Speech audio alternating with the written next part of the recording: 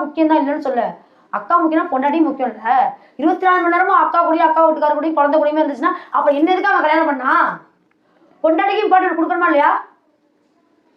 கண்டிப்பா கொடுக்கணும். எங்கேயுமே அழைச்சி போக மாட்டாங்க தனியா. அது ஒண்ணுதான் அவங்க எனக்கு பிடிக்கல. சரி சார், அப்புறம் 2 நாளைக்கு முன்னாடி ஒரு மேடம் வந்து லைவ் போட்டே வந்து உங்களை மிரட்டினாங்களே, நீங்க பயங்கரமா சவுண்ட்ல கொடுங்க, என்ன நடந்துச்சு அது? அவங்களுக்கு வேற வேலை இல்லாம வருவாங்க. அவங்க வந்து கத்துவாங்க.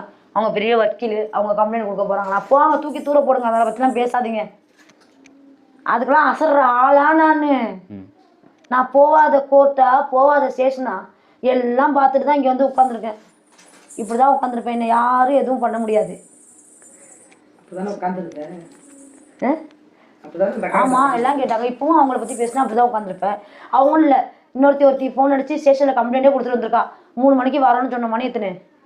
2:30 ஆயிடுச்சு. அவ வேற ஸ்டேஷன்ல உட்காந்துருப்பா. இதான் போறோம் இல்ல கன்ஃபார்மே.